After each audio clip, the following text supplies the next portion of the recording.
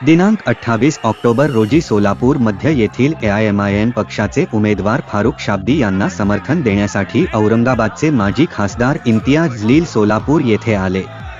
फारुख शाब्दी यांच्या उमेदवारी अर्जाच्या नामनिर्देशन प्रसंगी त्यांच्या उपस्थितीत कार्यकर्त्यांमध्ये जल्लोषाचे वातावरण होते।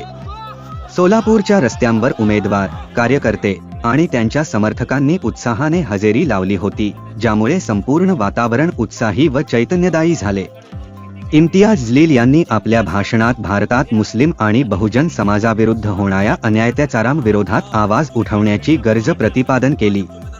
त्यांनी असेही नमूद केले की जातीपातीवर आधारित राजकारण थांबवण्यासाठी सर्व धर्माचे लोक एकत्र येणे अत्यावश्यक आहे।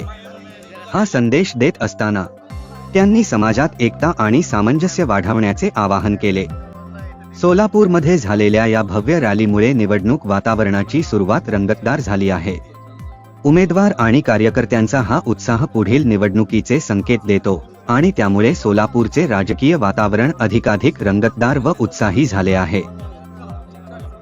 मिला है, सभी जात धर्म और मजहब के लोग इसके अंदर शामिल हुए थे।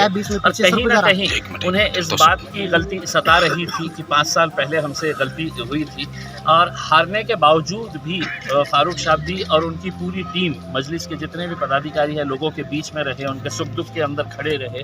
तो कहीं ना कहीं लोगों की एक ये कहिएगा मोहब्बत कहिएगा, उनका जोश कहिएगा कि इस बार वो गलती दोहराई नहीं जाएगी और फारुख शाब्दी साहब बहुत अच्छे अक्सरियत से यहाँ पर इंशाल्लाह कामयाब। महाराष्ट्र राज्य में MIM की मार सबसे ज्यादा किसको बैठेगी, महायुति को या महाविकास आघाड़ी को? हम हमारी ताकत देखते हैं, मार हमारे की किसको पड़ने वाली है, हमारे से क्या लेना देना है उसके अंदर। हम तो इलेक्शन लड़ते हैं हमारा जीतने के लिए, अब हमारी वजह से कौन मर रहा है कौन गिर रहा है हमें क्या लेना देना है। नहीं, आपको टारगेट महाविकास आघाड़ी को हराना है या महायुति को हराना है? नहीं साहब, दोनों भी एक ही सिक्के के दो पहलू है, कोई हमारे इसका नहीं है।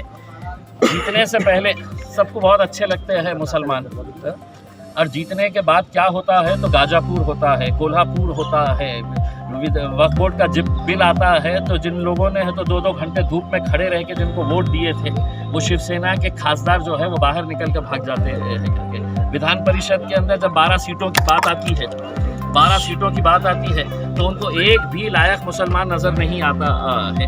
लोकसभा के अंदर उनको एक भी मुसलमान को कैंडिडेट अपने टिकट देना चाहिए, ये नज़र नहीं आता है। तो ऐसे हालात के अंदर यकीनन लोगों को ऐसा लगता है कि नहीं, अब हमने बहुत सबको आजमा चुके हैं, लोगों ने हमको बहुत बार डर दिखा के अपना वोट हासिल कर चुके हैं, अब वो मजलिस के साथ। ऐसा कहा जाता है कि महाराष्ट्र राज्य में सबसे ज्यादा जातिवाद शरद पवार ने किया गया है, तो मुसलमानों को उम्मीदवार थाली के चट्टे बट्टे है साहब। ऐसी वजह से तो आप देखिए ना, उसमें आज रात में आप एक आमदार को देख रहे हैं, एक पार्टी के अंदर सुबह उठे तक पता चलता है कि उन्हें किसी दूसरी पार्टी में कूद गया है करके, फिर दोपहर आए तक पता चलता है किसी तीसरी पार्टी के अंदर। तो इनके पास ना कोई आइडियोलॉजी है, कोई नीति है, कोई ऐसी पॉलिसीज नहीं है। एक राजनीति के अंदर भी एक नीति हुआ करती थी, मॉरल्स वैल्यूज जिसे हम कहते थे, अब कुछ नहीं रहा है। सत्ता कैसे हासिल करना है, खोखे का कैसा इस्तेमाल करना है, यही सब धंधे चल रहे हैं। अब पिछले बार 2019 में जब देवेंद्र फडणवीस ने एक भाषण में कहा था पुन्हा इन, लेकिन इस बार नहीं कहा, क्यों नहीं कहा? मतलब उनको कॉन्फिडेंस नहीं है क्या? नहीं, अगर बोलते भी तो नहीं आने वाले थे, पुन्हा इन।